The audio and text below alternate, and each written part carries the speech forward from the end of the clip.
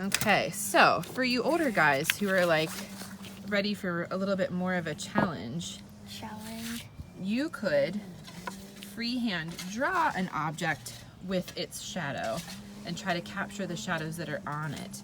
So here, Colbs, do you think you could hold this for me right here? Here, can you hold this camera, the camera for me? Just hold it right there so like you can see the cup and the paper.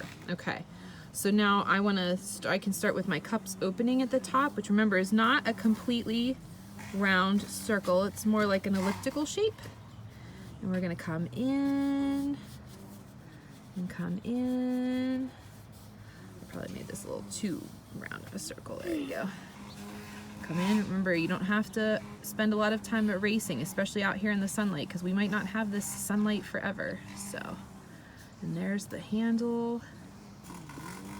Alright.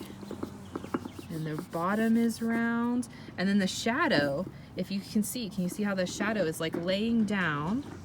Okay, and it's round, and there's a shadow from the handle. And again, why is there no sunlight hole here? Because there's a hole here, but again, it's the angle that the light is coming in from.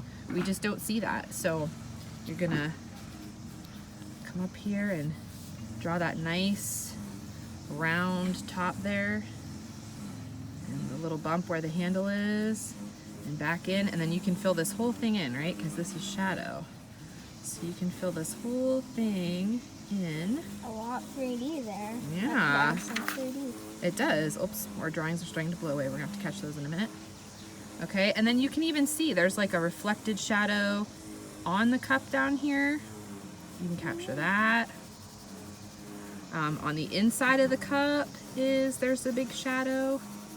But then all of a sudden, whoop, there's light. The light catches right here. Part of the handle is in shadow. So this is kind of how like all of those other exercises, you know, all those other shadow drawing exercises that we've included in this lesson are connected to this. Because once you learn how to see shadows and draw shadows and learn about the shapes of shadows, you can start incorporating that into your drawings and your sketches of artwork. So this is a good one for older kids to do. Find something simple like your favorite ball or a cup, or you know, nothing too complicated, and try to draw and capture the shadows like a still life. Hit pause for a minute.